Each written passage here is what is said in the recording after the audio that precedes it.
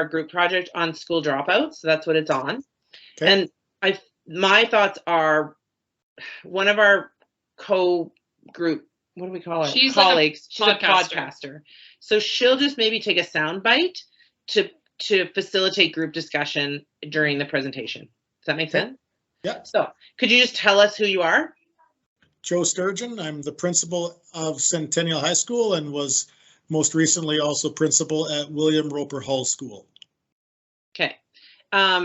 Do you have a lot of experience with high school dropouts? And like, I guess my first question is, who's dropping out and what are you seeing, like in a big urban setting like we have?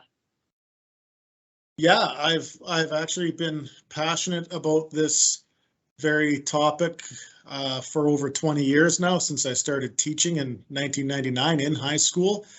And dropout rates have always concerned me. I would say we're looking at a quarter of students and sometimes more that do not successfully complete high school, that start in grade 1.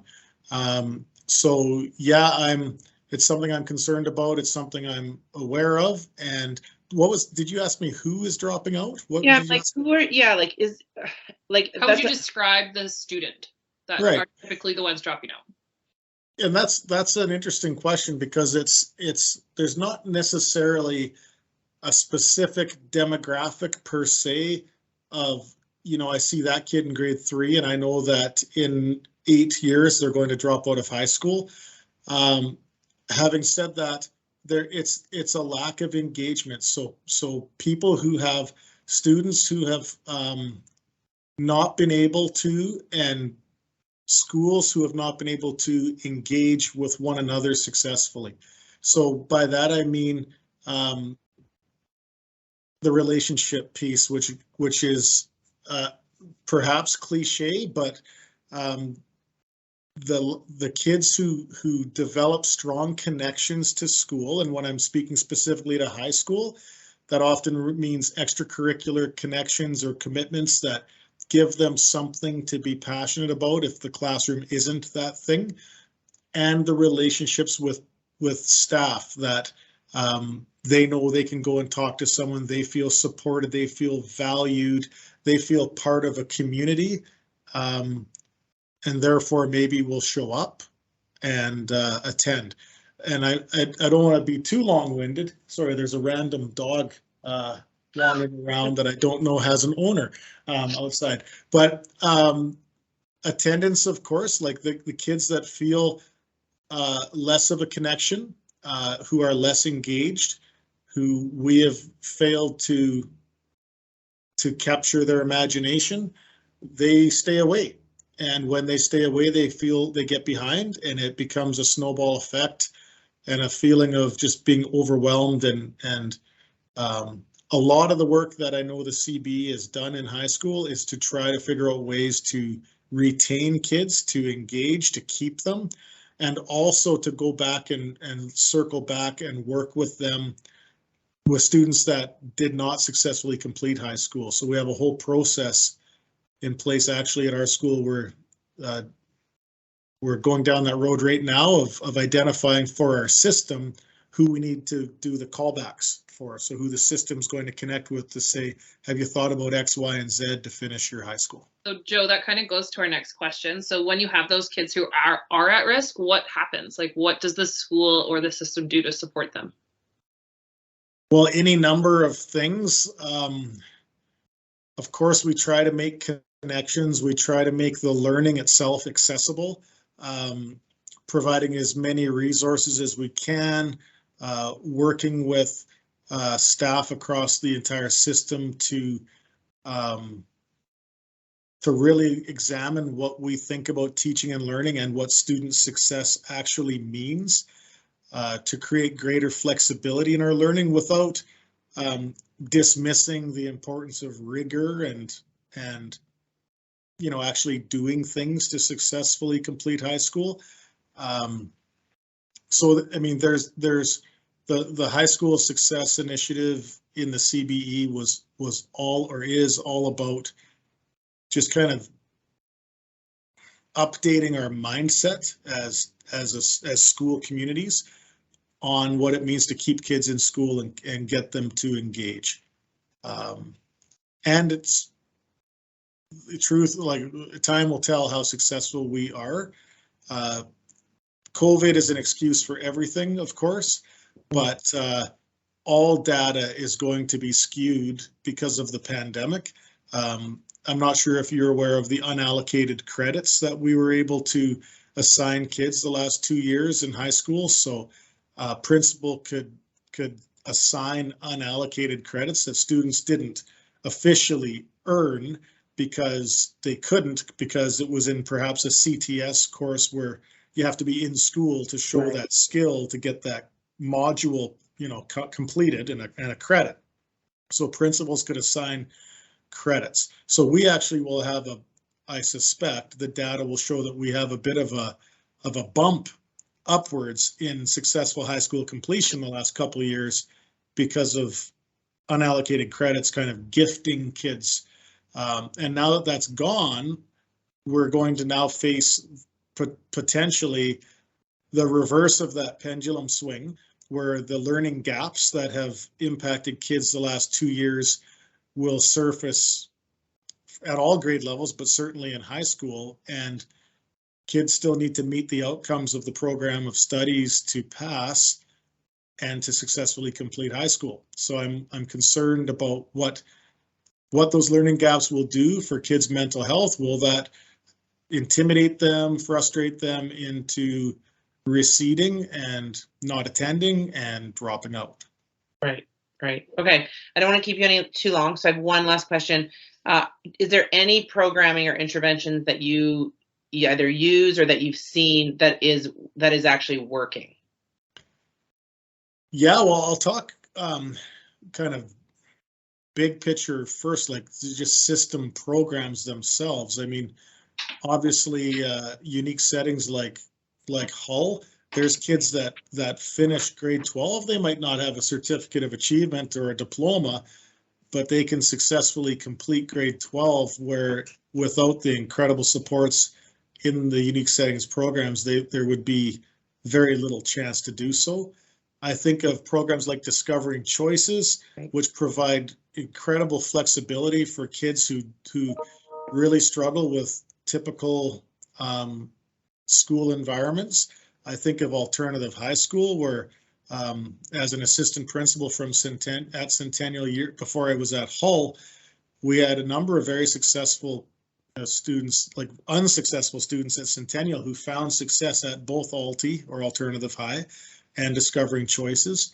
So those types of programs are, I think, really vital, especially the ones for more extreme behaviors, although that doesn't necessarily lead to certificates and diplomas. But I guess you consider what successful completion of high school means for a kid at Hull.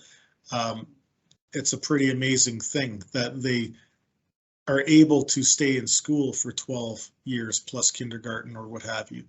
As far as like what initiatives or programs kind of in school, the more time that teaching and support staff can have at their disposal to collaborate, to share ideas and strategies, to themselves be well and empowered and energized so that they can help kids feel the same, that cannot be overlooked. And I know that has nothing to do with programs for students, but if you have a workforce of tired, exhausted, embittered, frustrated teachers, how do we then inspire kids who are going through those same experiences to want to come to school? So we need to support the people that are supporting the kids first and foremost. And then I believe organically, we will have coaches, we'll have club leaders, we'll have extracurriculars, we'll have staff who are energized, who want to contribute and go above and beyond. And then we have happy kids who stay in school. And I don't think that's I don't think it's rocket science, but I think we sometimes jump as far as public opinion. I sometimes think we jump to teachers or staff, but we'll say teachers need to do more, care more, etc. Well, we care. If we didn't care, we wouldn't teach. So how do we empower and support teachers so that they want to and have the ability to dig down deep and help our increasingly complex kids? That's a great. And then we have, of course, all the outreach and all the supports, all the IPPs and the support staff, the ed assistants, the ELL assistants, the people who work with international kids, the people who work with refugees, the people who work with students who have experienced trauma, abuse, neglect, all those incredible human beings who have unique skills. They save kids' lives day in and day out and keep them in school too. So we just have to keep building those skills and finding the money and the time to do so, in my opinion. It's funny that you said that because I interviewed Maya this morning just as a person here that deals with high school and stuff. And it was her main theme was time, like just running out of time. And I think that's interesting that you guys connected on that without even knowing it. It's time to build the relationship. Yeah, the relationships, just even the physical time to finish school. Like you just run out of time. Like it just goes really fast, and then you're behind, and it's the whole snowball effect. That's all the questions. I remember, Krista has something else. I just wanted to know, so if somebody drops out, Joe, can they come back? It depends, because dropping out typically means they withdraw from school. And if you withdraw from school, it means you're done for the year. We aren't supposed to just withdraw kids, right? So we're supposed to have attendance improvement plans in place. We're supposed to direct them somewhere else, all those good things. We would usually go to a school supported leave before withdrawal. So they go home, we provide them work, they do it at home. But yes, they could come back. Say if they dropped out semester 1, they could come back for semester 2, stuff like that. But in truth, once we lose a student who's 16 years old, there's no legal recourse to school. It's not often that they come back to the same school. They usually kind of pack it in. Yeah. Okay. Okay, Joe, we know you're busy. Thank you so much. We really, really appreciate it. Okay. My pleasure. It was nice seeing you. Yeah, we miss you. All right. See you as well. See you. Bye.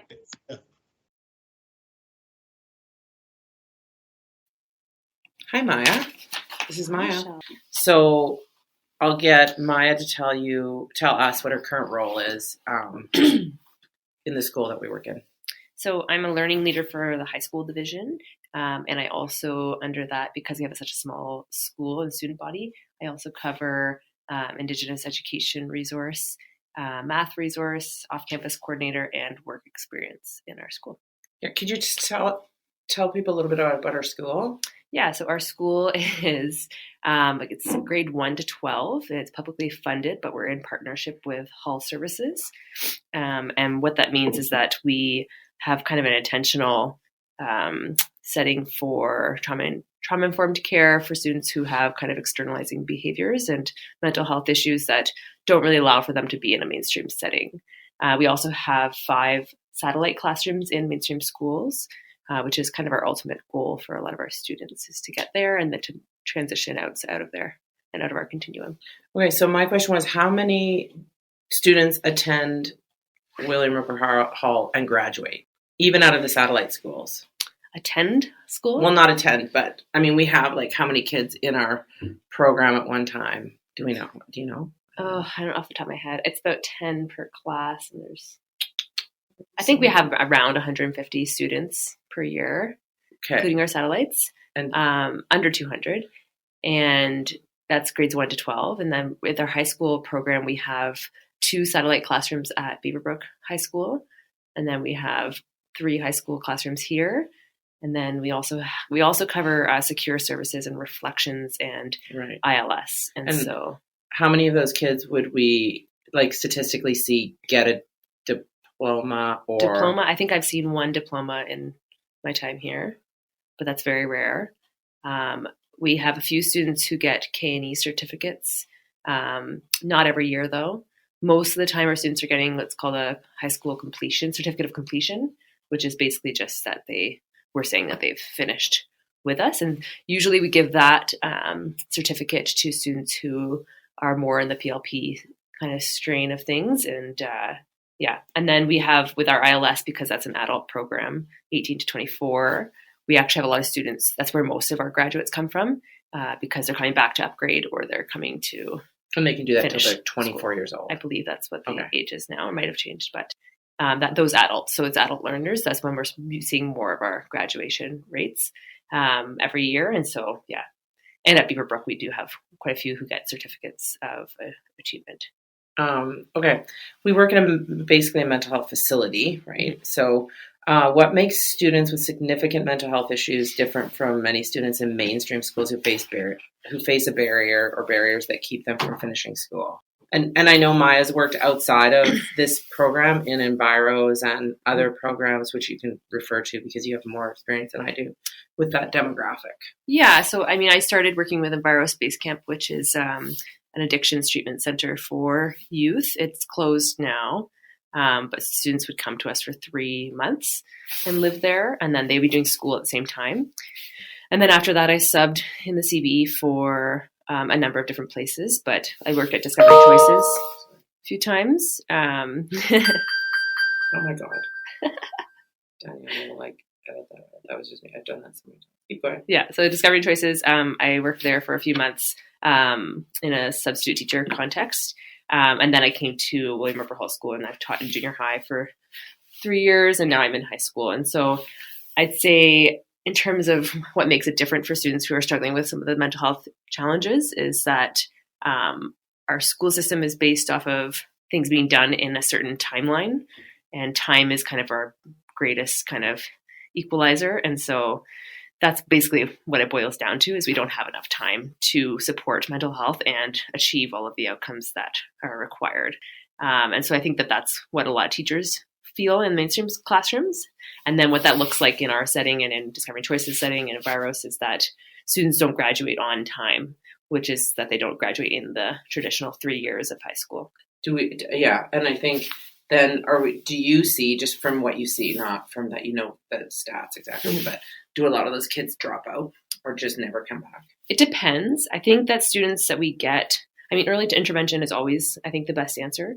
And so when we have students here who have been here throughout junior high and then stay for high school, I think usually they have more success than some of our students who come to us in high school, because a lot of the times when they come to us when they're in grade 9 or grade 10, they have a lot of gaps in their learning and they've been out of school for so long.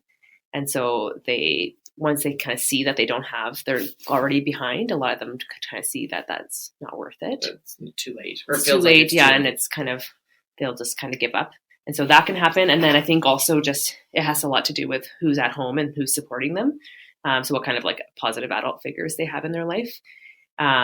Because when we have students who have learning disabilities and kind of a lower cognitive profile, but they have a supportive parent at home, usually they'll do better.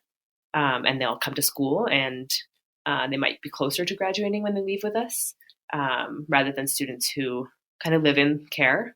Unfortunately, a lot of our students who live in care don't see a lot of purpose in coming to school. And so really building that relationship, and if we can build that relationship with them when they're here, so if they come to us in junior high, we can establish some of those relationships, I think that they can come to school. And that's the big thing, is they need to be coming to school. Right.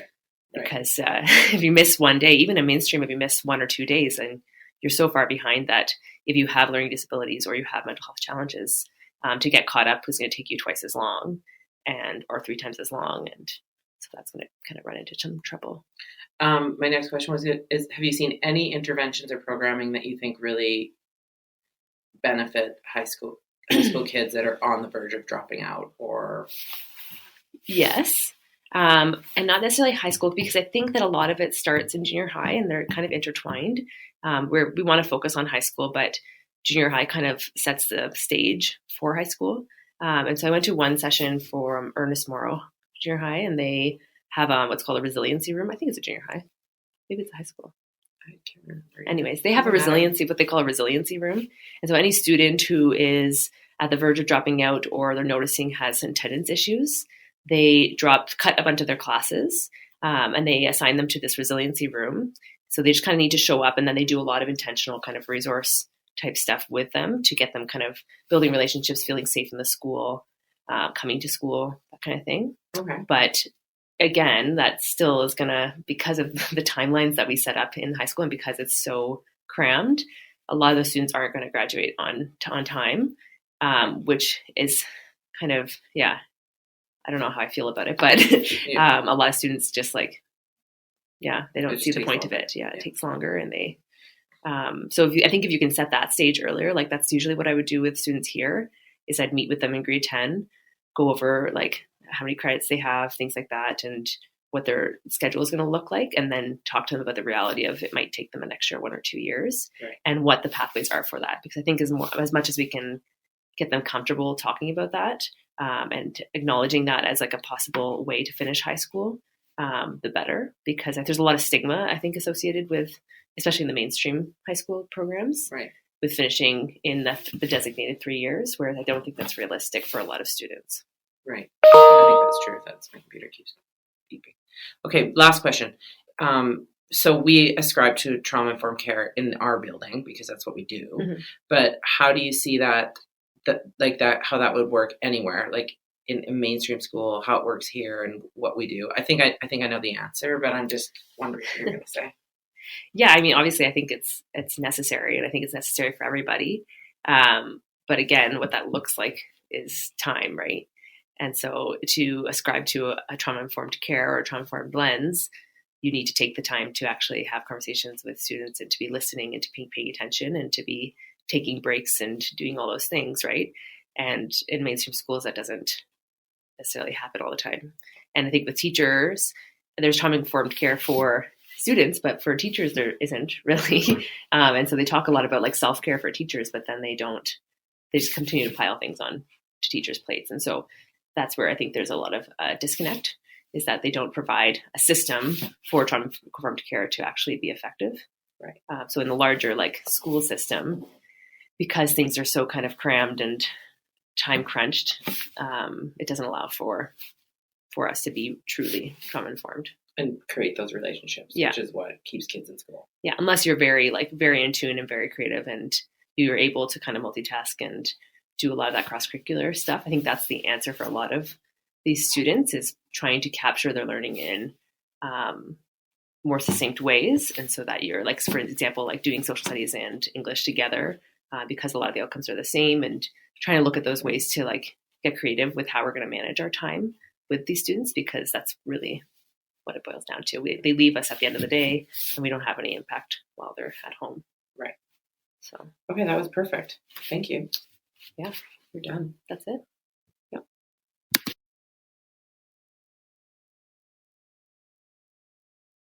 Tell me a little bit about like you and what you do, because I was so interested. I didn't even know that this program existed. So. Yeah, it's the first year that it's been running.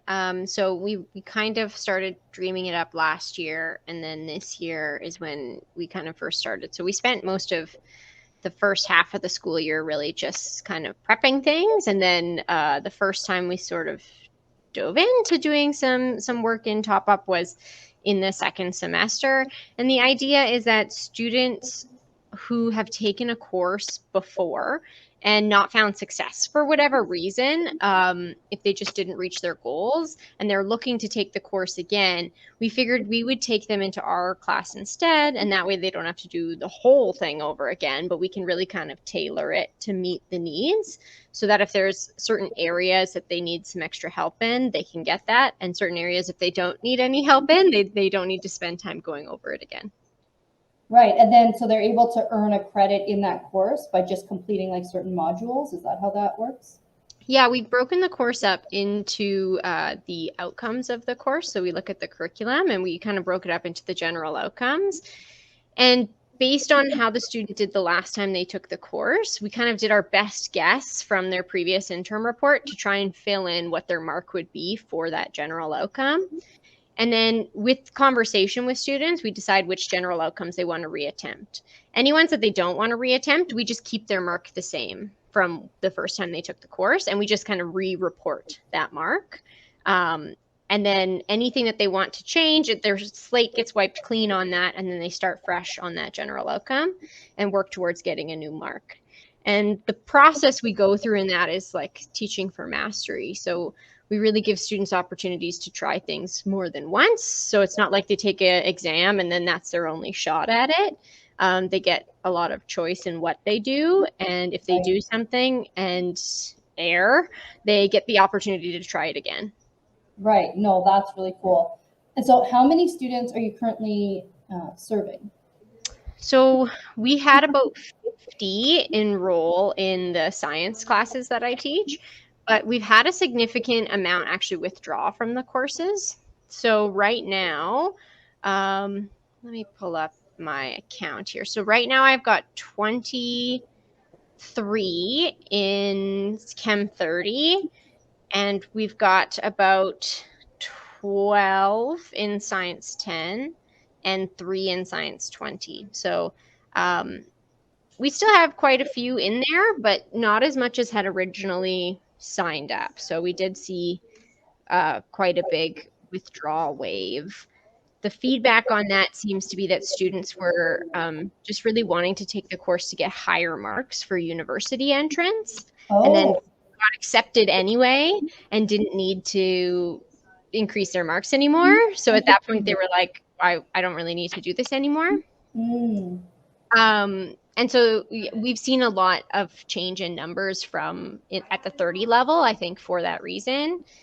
Another thing that's kind of been a bit of a deterrent is last semester, they didn't have to write the diploma exam. Right. But this semester they do.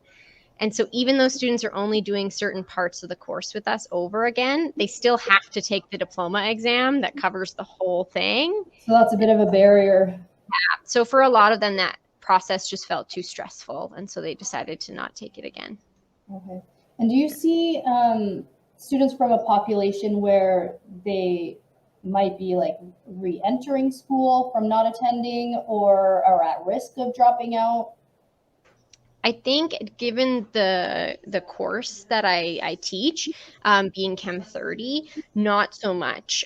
Most of them have been fairly successful in school by the time they reach Chem 30. Although with COVID, things definitely kind of changed a bit. There's a few students who, have mentioned that the reason why they didn't pass Chem 30 the last time was because, they weren't able to attend school as much or were having to take care of siblings or things like that.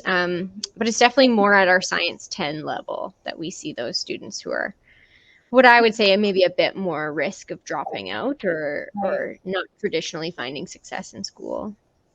And does the Top Up program address all subject areas? It does, yes. As of right now, we've got kind of a limited amount of courses that we're offering, but we have like English 10 to 30 at the -1 and -2 level, and same thing for social studies. So we've kind of got all of the high school social and English covered. At math, we've just got Math 10C and Math 30-1 right now. And then for sciences, it's just Science 10, Science 20, and Chem 30. So we haven't had a chance to really delve into the like 14 or 24 levels of science, which I imagine would be more of those students who are a bit more at risk of dropping out. Yeah. Do you see this program like going in the direction of serving those like at-risk students? I think ideally that's who we wanted to build it for. But just given the way things kind of moved and what the demand was, it kind of changed into something of its own. Like when I built the course, I wasn't imagining it being students who got like 80% and coming and wanting to get 90. Yeah. That's definitely not who I was envisioning. I was really envisioning that student who's like maybe taken it twice already and keeps getting like a 45 and they just need that 50 to pass, Yeah.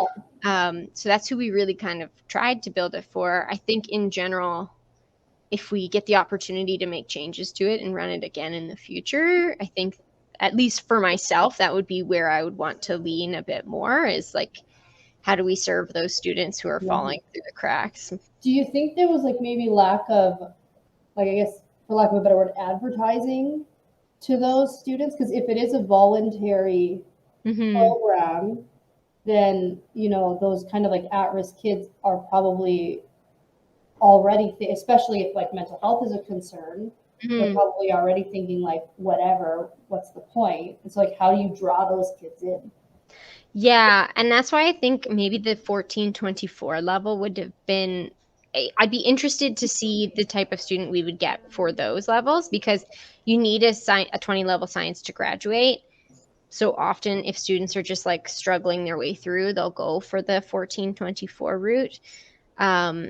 And so I think I think maybe then it would be a bit more interesting, but I think for a lot of those students who are failing maybe Science 10, and it's not like they're wanting to get into university to do sciences, many of them are just saying, okay, I'll just take Science 24 next, instead of saying like, I'm going to retry Science 10. Instead, they're just saying like, I'll just go to the 24 level. So I'd be interested to see if we went kind of down that level, and it to see like, because that's kind of the baseline there, right? There's not really other options for you after that. I wonder if they would take advantage of the program a bit more. No, that's really interesting. That makes a lot of sense too. Yeah, it's those things I didn't really think about.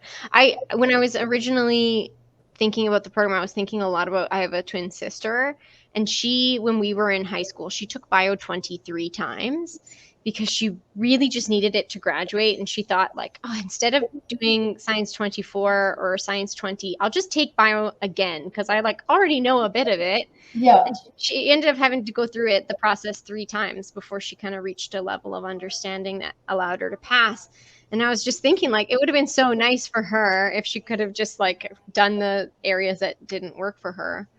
And so I was kind of thinking more students would maybe be tempted by that instead of trying a different. I thought maybe they'd be tempted to try the same thing again, knowing that like they didn't have to do the whole thing over. Right. And so Top Up runs through, is it Argyle? Yeah, it's through Argyle Center, but we work out of Metro. Okay. And so like Metro, the Bennett Center and Argyle Center all are kind of under one umbrella-ish now. But technically, our students are enrolled in Argyle Center, and it's all online programming. It's all online. That was my next question. Is there any in-person teaching, or it's all online for you? It's all online. Some of us have gone to school sites to offer support to students in person if they've needed it. So some students have found the online setting a bit challenging, and as teachers right now, we've got a lot of flexibility as to like what we can do with students, which is really nice. So I know some of my colleagues have gone to school sites and visited students there. I haven't had the opportunity to do that. Most of my students have been fine to meet virtually, although I do think that the online setting of the program is a bit of a barrier for students. Yeah. I've had a lot of students say, like, I'm just really nervous to book that meeting with you, you know? Yeah. And that feels terrible, because if I was sitting in a classroom with them, they probably would ask me the question for help. And as much as I try and facilitate like a really welcoming environment online, you can only do so much. And so, yeah, I do have students saying that they're too shy to book a meeting, or that they feel really nervous about giving me a call. So I've tried like using iMessage to message them, and you know, trying to do what we can, but then you lose a bit of the connection with students as well. Right. So I do find it interesting. I didn't know that you basically started this program from the ground up. So how did that come about? What was the like procedure and like policy building like how long did that process take? If someone else, like say like I have a lot of colleagues or peers in my class from Calgary, if someone wanted to like start up a program similar, how did that work? How did you do that? It wasn't really like I can't really take much credit for it at all. Basically, our principal at Argyle Center, she's got quite a vision for what online school could be and should be. And so since she started working there, she started to she comes up with these ideas to try and fill needs. And then she's really great at getting a group of teachers together and saying, this is the idea, can you build off of it? And giving us lots of freedom to try some things. But all of the policy stuff, that kind of thing, she really champions that. So us as teachers, we just kind of dream up these big ideas and ask her if it's okay.